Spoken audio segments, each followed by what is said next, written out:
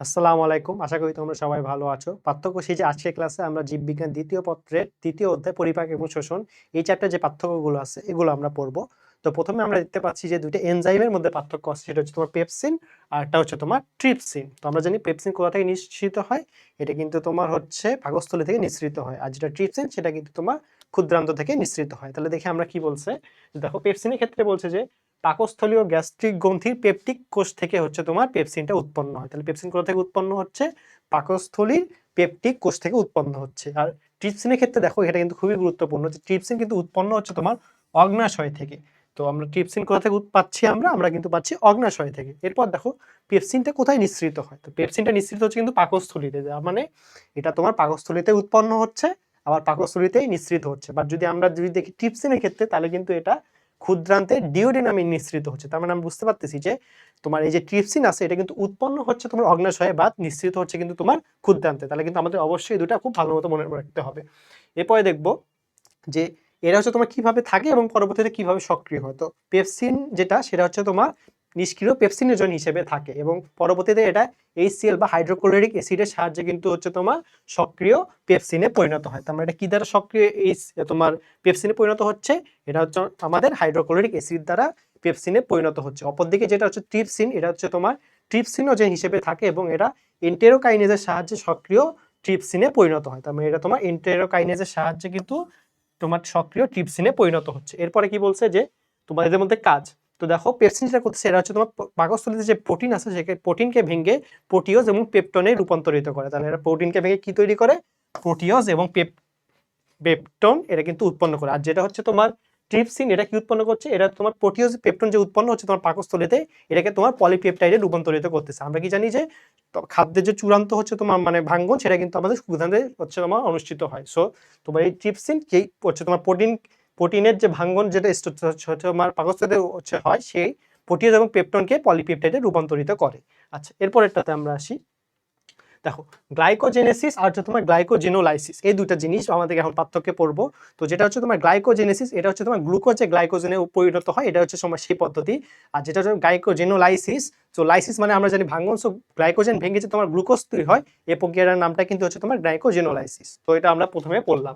এরপরে দেখো যে গ্লাইকোজেনেসিস যে আছে এক্ষেত্রে হচ্ছে তোমার কোন হচ্ছে তোমার হরমোন বেশি কাজ করে? এটা হচ্ছে তোমার ইনসুলিন হরমোন। আমরা কি জানি যে তোমার অগ্নাশয় কিন্তু একটা তোমার হচ্ছে মিশ্র গ্রন্থি। তো এটা তোমার যে এন্ডোক্রাইনে তোমার আইলেস অফ ল্যাঙ্গারহান্স থাকে, এখানে ৪ ধরনের কোষ থাকে। তো আলফা কোষ থেকে গ্লুকাগন নিঃসৃত হয় এবং বিটা কোষ থেকে কিন্তু ইনসুলিন তোমার নিঃসৃত হয়। তো গ্লাইকোজেনেসিসের প্রভাবক হরমোনটা হচ্ছে তোমার সেই ইনসুলিন। আর যেটা হচ্ছে তোমার গ্লাইকোজেনোলাইসিস সেখানে কিন্তু প্রভাবক হরমোনটা হচ্ছে তোমার গ্লুকাগন। আচ্ছা এরপরে আসো যে এরা হচ্ছে তোমার এদের কাজগুলো কি হরমোনের দেখো, অথবা এই দুটো প্রসেসের কাজগুলো কি। তো তোমার যেটা হচ্ছে গ্লাইকোজেনেসিস এটা কি করে? রক্তে তোমার শর্করার পরিমাণ কমায়। আমরা কি জানি গ্লুকোজ এক ধরনের শর্করা, তাহলে হচ্ছে তোমার রক্তে শর্করার পরিমাণ কমানোর সাহায্য করতেছে কি? Glycogenesis process. আর যেটা তো হচ্ছে তোমার গ্লাইকোজেনোলাইসিস সেটা তো গ্লাইকোজেন ভেঙে হচ্ছে গ্লুকোজ করতেছে, মানে কি এরা রক্তে শর্করার পরিমাণ বাড়াচ্ছে। তো এটাই গেল এই দুটোর মধ্যে পার্থক্য। এরপরেরটাতে আমরা আসি। আচ্ছা এরপর দেখো এনজাইম এবং পিত্তরসের মধ্যে পার্থক্য।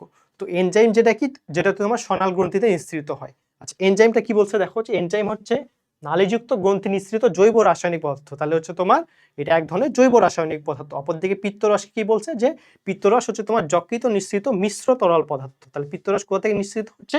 এটা কিন্তু তোমার যকৃত থেকে হচ্ছে তোমার নিঃসৃত হচ্ছে। তারপর দেখো যে এই যে এনজাইম আছে এটা কি দিয়ে তৈরি? দেখো এনজাইম কিন্তু পানি এবং প্রোটিন এই দুটো জিনিস নিয়ে তৈরি। অপরদিকে আমরা যদি হচ্ছে পিত্তরসে দেখি, পিত্তরসে কিন্তু পানি, জৈব এবং অজৈব তিনটা পদার্থই থাকে। এক নাম্বার হচ্ছে তোমার পানি, ২ নাম্বার হচ্ছে তোমার জৈব, আর ৩ নাম্বারে কিন্তু অজৈব পদার্থ। সো আমাদের এই তিনটা মাথায় রাখতে হবে। তারপরে আসো এনজাইমের ক্ষেত্রে কি বলছে দেখো, যে এনজাইম হচ্ছে গ্রন্থি থেকে তাৎক্ষণিক উৎপন্ন হয় এবং কোথাও সঞ্চিত থাকে না। মানে আমার এটা যখন প্রয়োজন তখন তৈরি হয়, তখনই সাথে সাথে নিঃসৃত হয়ে যাবে। কিন্তু আমি যে পিত্তরস দেখি এটা কিন্তু যকৃত থেকে উৎপন্ন হয়, হয়ে কিন্তু হচ্ছে তোমার পিত্তথলি যে আছে পিত্তথলিতে কিন্তু হচ্ছে তোমার সঞ্চিত থাকে। মানে এটা হচ্ছে তোমার আগে থেকে সঞ্চিত থাকে, যখন প্রয়োজন তখন ব্যবহার করা যায়। বা যে এনজাইম যেটা সেটা কিন্তু তাৎক্ষণিক উৎপন্ন হয়। এরপরে আসো এনজাইম কি? দেহের হচ্ছে বিভিন্ন অঙ্গে কাজ করতে পারে। বাট পিত্তরস কোথায়? পিত্তরস কিন্তু জাস্ট পরিপাক নালীতে কিন্তু সীমাবদ্ধ। আমরা জানি যে পরিপাক নালী ছাড়া আমাদের বিভিন্ন ধরনের কাজ আছে আমাদের বডিতে, যেমন হচ্ছে তোমার শ্বসন একটা প্রক্রিয়া, সেখানে কিন্তু এনজাইমের প্রয়োজন আছে। বা যেটা পিত্তরস এটা শুধুমাত্র পরিপাক নালীতেই সীমাবদ্ধ। এরপরে দেখো এনজাইম কি করে? এনজাইম হচ্ছে রাসায়নিক বিক্রিয়ার গতিকে ত্বরান্বিত করে। আমরা কি জানি যে এনজাইম যে রাসায়নিক বিভিন্ন বিক্রিয়াগুলো হয় এগুলোর গতিকে ত্বরান্বিত করে। আর হচ্ছে তোমার পিত্তরসটা কি করে? এরা হচ্ছে তোমার পিত্তরস খাদ্য পরিপাকে ক্ষারীয় মাধ্যম তৈরি করে। আমরা কি জানি যে পাকস্থলীতে কিন্তু আমাদের অ্যাসিডিক মাধ্যম থাকে। এরপর থেকে কিন্তু আমরা হচ্ছে ক্ষুদ্রান্ত এবং তোমার বৃহদান্তে যখন আসি, সেখানে কিন্তু তোমার তোমার ক্ষারীয় মাধ্যমে কাজ করতে হয়। এজন্য তোমার সাহায্য কি করতেছে? পিত্তরস সহায়তা করতেছে। এরপরে কি বলছে দেখো, এনজাইম কার্য শেষে অপরিবর্তিত থাকে। কিন্তু যে পিত্তরস এটার সময় কার্য শেষে বর্জ্য হিসেবে নিষ্কৃত হয়। তার মানে কি, এনজাইমটা আমরা শুরুতে যেরকম পাইছি রিঅ্যাকশনের শেষে ওই রকম পাবো, বাট পিত্তরস কিন্তু কাজ শেষে কিন্তু বর্জ্যরস হিসেবে তোমার নিষ্কৃত হচ্ছে বডি থেকে। এরপরে আসো পরিপাক এবং শোষণ, যে চ্যাপ্টার দুটো, এই দুটোর মধ্যে আমরা এখন পার্থক্য করবো। তো পরিপাকের দেখো সংজ্ঞা কি বলছে, যে জটিল এবং অদ্রবণীয় খাদ্যবস্তু যান্ত্রিক এবং রাসায়নিক প্রক্রিয়া ভেঙে সরল দ্রবণীয় খাদ্যসারে পরিণত হয়, এটা তোমার পরিপাক। আর শোষণটা কি বলছে দেখো, পরিপাককৃত খাদ্যসার রক্ত এবং লসিকায় প্রবেশ করে। তার মানে আমরা যে খাদ্যটা পরিপাক করছি, এটা থেকে যে পুষ্টিটা আমাদের এখন রক্ত এবং লসিকার মাধ্যমে সারা দেহে ছড়াইতে হবে, এটা তোমার শোষণ। এরপরে দেখো বলছে এটা সংগঠন করে। পরিপাকটা মুখ, বিবর, পাকস্থলী এবং অন্ত্রের গহ্বরে সংগঠিত হয়। মানে আমরা মুখ দিয়ে খাবার খেলে, খাবারটা তোমার পাকস্থলীতে গেল, এরপর থেকে ক্ষুদ্রান্ত এবং ক্ষুদ্রান্তে গেল। আর যেটা তোমার শোষণটা কিন্তু কোথায় হচ্ছে, তোমার ইলিয়াম এবং জেজুনামের ভিলায় সংগঠিত হয়। তার মানে কোথায় সংগঠিত হচ্ছে? ইলিয়াম এবং তোমার জেজুনামের ভিলায় সংগঠিত হচ্ছে। এরপর দেখা যায় এনজাইমের তোমার প্রয়োজনীয়তা। তো পরিপাকের ক্ষেত্রে তোমার অবশ্যই এনজাইমের গুরুত্বপূর্ণ ভূমিকা আছে। আমরা এই জানি মুখে যেরকম সেলিভারি অ্যামাইলেজ, পাকস্থলীতে পেপসিন, তারপর ক্ষুদ্রান্তে ট্রিপসিন, তো এখানে কিন্তু এনজাইমের প্রয়োজন আছে। বাট যেটা তোমার শোষণে কিন্তু কোনো ধরনের এনজাইম কিন্তু প্রয়োজন হয় না। এরপরে দেখো কি বলছে, যে শক্তির প্রয়োজনীয়তা। তো পরিপাক যেহেতু একটা সক্রিয় প্রক্রিয়া, তাহলে এখানে অবশ্যই শক্তির প্রয়োজন আছে। বাট যেটা তোমার শোষণটা কিন্তু এক ধরনের নিষ্ক্রিয় ব্যাপন পরীক্ষা, তো এখানে কোনো শক্তির প্রয়োজন হয় না। এরপর দেখো খাদ্যের পরিবর্তন। তো আমরা পরিপাকের ক্ষেত্রে কিন্তু আমরা খাদ্যের তোমার রাসায়নিক এবং তোমার যান্ত্রিক পরিবর্তন হয়। বা যেটা তোমার শোষণে কিন্তু আমাদের কোনো খাবারের পরিবর্তন হচ্ছে, কারণ কি শোষণের সময় কিন্তু তোমার ধরো যে ওই অ্যামিনো অ্যাসিড, গ্লুকোজ এই অবস্থাতে থাকে, তো সেটা মানে ফার্দার ভাঙে না, এই কারণে তোমার তার কোনো খাদ্যে পরিবর্তন হয় না। এরপর দেখো রক্তের ভূমিকা। তো পরিপাকের সাথে রক্তের কোনো প্রত্যক্ষ সংশ্লিষ্টতা নেই, বাট তোমার শোষণের সাথে কিন্তু রক্তের প্রত্যক্ষ সংশ্লিষ্টতা আছে। কেন?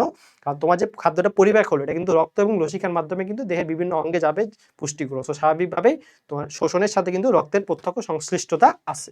আচ্ছা, এই কটা ছিল পার্থক্য। এখন আমরা একটা প্রশ্ন পড়ি, বলছে যে ট্রিপসিন সম্পর্কে কোনটি সঠিক নয়। তো এটা কি বলছে? অগ্নাশয় থেকে উৎপন্ন হয়, এটা রাইট অ্যান্সার। তারপরে বলছে যে তোমার জেজুনামে নিঃসৃত হয়, এটা কিন্তু ভুল অ্যান্সার। কারণ কি আমরা কি পড়ছি, যে ট্রিপসিন কিন্তু তোমার ডিওডেনামে নিঃসৃত হয়, তার মানে এটা তোমার ভুল অ্যান্সার। তারপরে বলছে যে নিষ্ক্রিয় ট্রিপসিনোজেন হিসেবে নিঃসৃত, হ্যাঁ এটা অবশ্যই নিষ্ক্রিয় হিসেবে নিঃসৃত হয়। এবং কি বলছে 4 নম্বরে বলছে যে এন্টেরোকাইনেস দ্বারা সক্রিয় হয়, এটাও রাইট অ্যান্সার। তো তার মানে এখানে তোমার ট্রিপসিন নামে কোনটা আমরা সঠিক নামে পাচ্ছি? জেজুনামে নিঃসৃত হয়, কেননা তোমার এটা তোমার ডিওডেনামে নিঃসৃত হচ্ছে। সবাইকে ধন্যবাদ ভিডিওটা দেখার জন্য। আসসালামু আলাইকুম।